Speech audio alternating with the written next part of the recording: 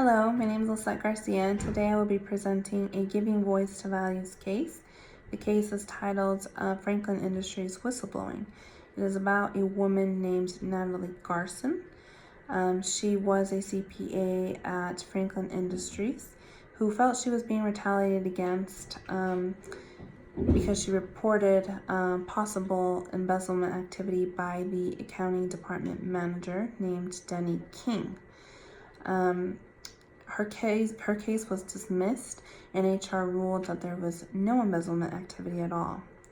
She later confided in her friend and co-worker Roger Harris of HR's dismissal, and he advises her to proceed with caution.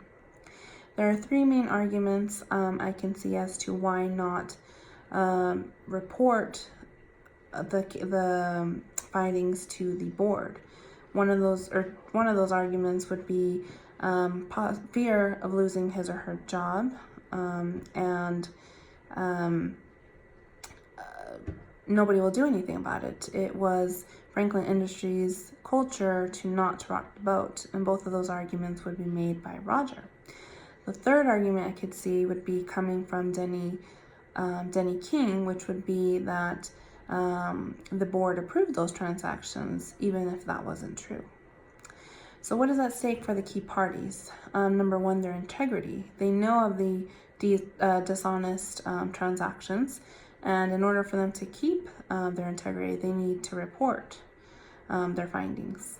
Number two would be the reputation of the company and the reputation of the employees.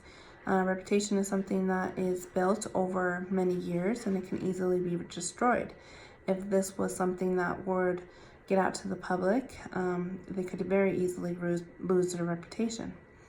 Number three would be loss of trust from the stakeholders. Again, if this was to be leaked to the public, it could cost them the trust of the stakeholders, and it could be catastrophic. And fourth, their freedom. Embezzlement is a criminal offense, and they could possibly be looking at some jail time. So what levers can Natalie use to influence those who disagree with her, in this case, Roger and Denny? She could try to convince Roger to develop a plan to talk to Denny. She could also explain to Roger that it is their duty to look out for the best interests of the stakeholders. She could also, if that didn't work, if she wasn't or failed to convince Roger, she could try to talk to Denny and ask him to repay, and tell Denny she would go to the board to see if the transactions were actually approved. She could also stress the importance to Denny of jeopardizing the respect that others have for him, as well as the company's reputation.